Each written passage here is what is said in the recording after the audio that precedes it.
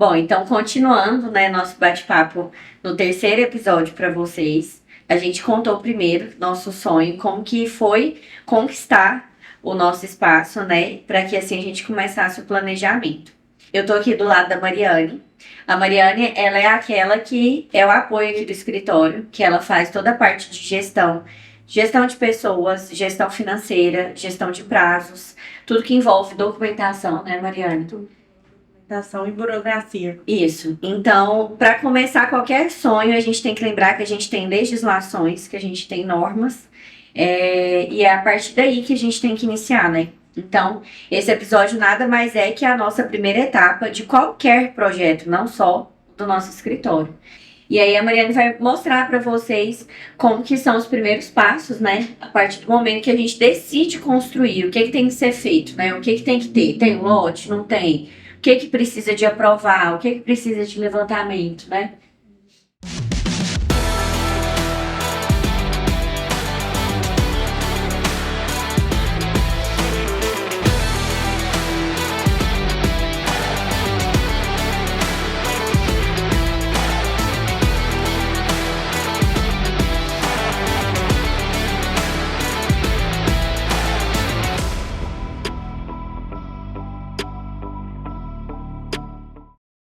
Falando especificamente da nossa obra, o primeiro passo foi mexer com a parte burocrática, onde a gente passou o lote do nome do antigo dono para o nome da nova proprietária, a Betânia, para que assim a gente conseguisse resolver todos os outros trâmites legais.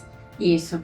E aí, nesse momento, antes de fazer levantamento planimétrico, demolir qualquer coisa que seja, a gente fez um levantamento de medidas aqui do escritório mesmo, ver se era possível aproveitar a edificação existente, porque ela era uma antiga casa.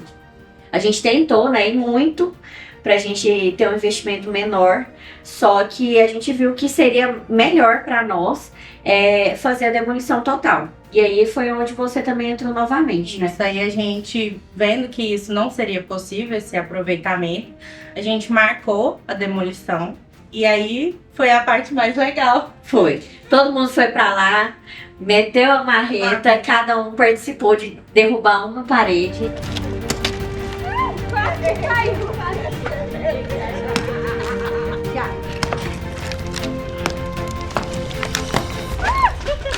E foi muito emocionante, porque foi realmente pôr a mão na massa do início do nosso sonho. E a gente vê que, de fato, tá iniciando ali. Então a gente tá muito eufórico, né? Mas aquele momento foi de muita euforia em saber que começou, que deu o start. Vai pegar.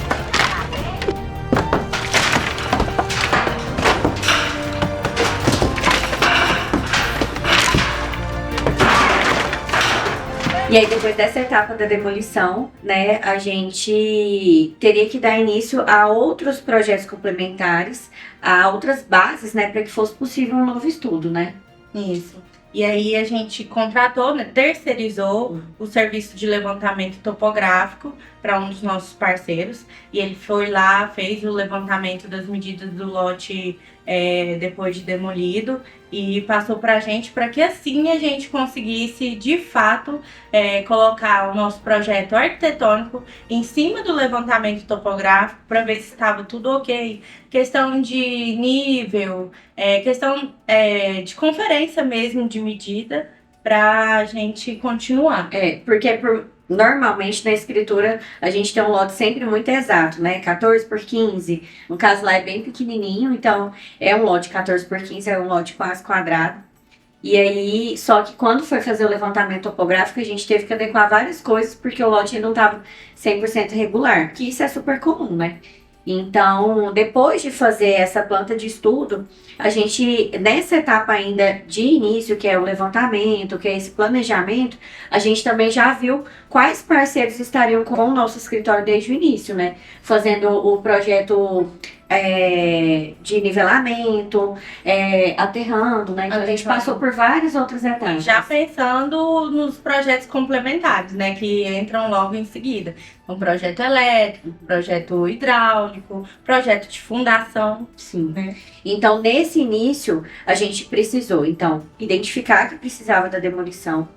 A gente demoliu, a gente fez o levantamento planométrico, e aí sim a gente conseguiu adequar a nossa planta de estudo para que a gente pudesse nivelar o terreno, fazer toda a parte de impermeabilização dos muros existentes, né, nas laterais, porque é um lote que está entre edificações, e aí para que assim a gente conseguisse pedir ligamento de água, de energia, colocar o padrão no lugar certo. Então, essa etapa mais desse planejamento é de setorizar para essas coisas básicas para que a gente conseguisse sair realmente com a edificação do zero.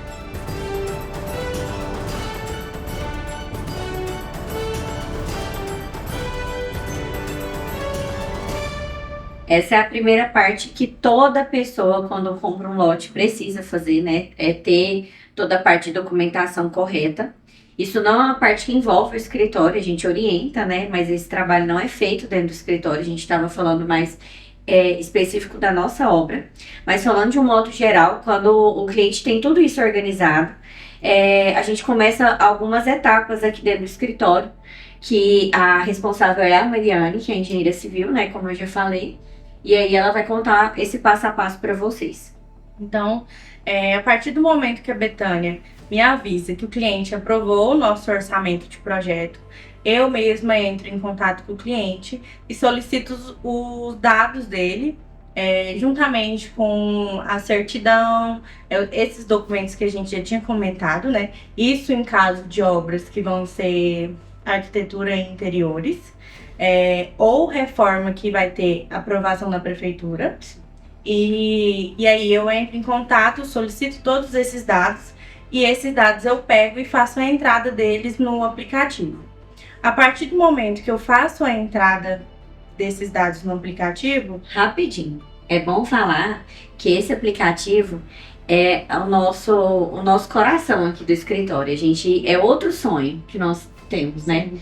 E aí a gente tá já com ele funcionando internamente. É um aplicativo que a gente tentou juntar todos os programas que a gente usava. Foi necessária essa pausa para vocês entenderem. Mas esse aplicativo, ele veio para somar tudo que a gente tinha esparramado, né? Que a gente mexia no Trello, aí mexia no Dropbox, era um monte de função. Então, esse aplicativo nós vamos, inclusive, lançar para o cliente ter acesso. Na nossa inauguração vai ser mais uma coisa boa para o cliente, né? Mais um facilitador.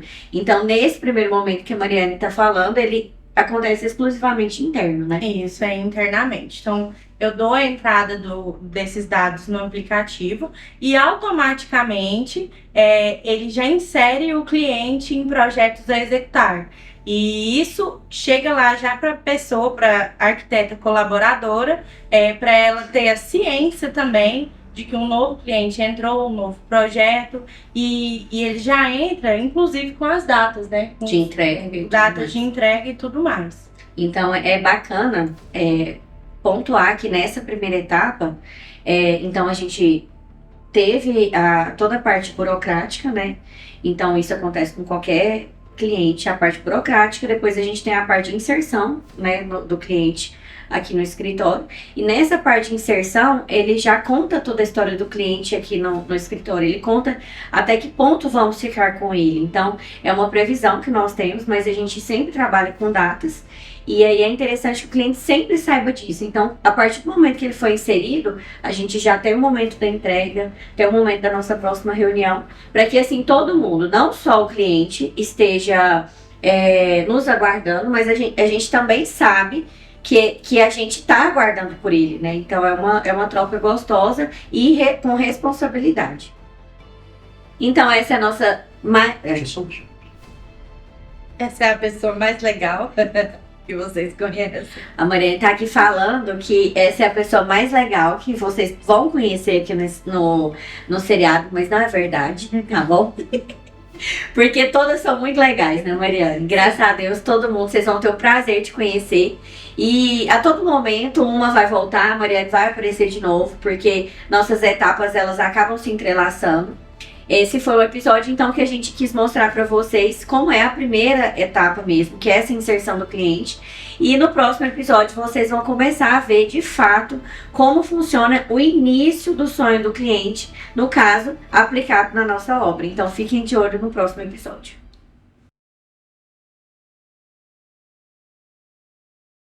Então, sempre na minha cabeça, eu pensava assim, como que eu vou dividir um lote que não é tão grande, em 2 edificações e mesmo assim trazer uma aparência, trazer imponência para a pessoa que estiver vendo, né? E aí foi aí que a gente começou a fazer o jogo de caixotes. Outra curiosidade sobre mim, eu não sou a melhor do mundo em desenho à mão livre, então esse iPad, ele nos ajuda muito, né, a fazer toda a parte de criação. Essa primeira parte. Vou falar um negócio assim. Isso não, a gente não cuida dessa parte. Ah, desculpa, peraí. Microfone. Então, essa é a nossa. Essa é a pessoa mais legal que vocês conhecem. No caso, aplicado na nossa obra. Então, fiquem de olho no próximo episódio. Peraí! Oi.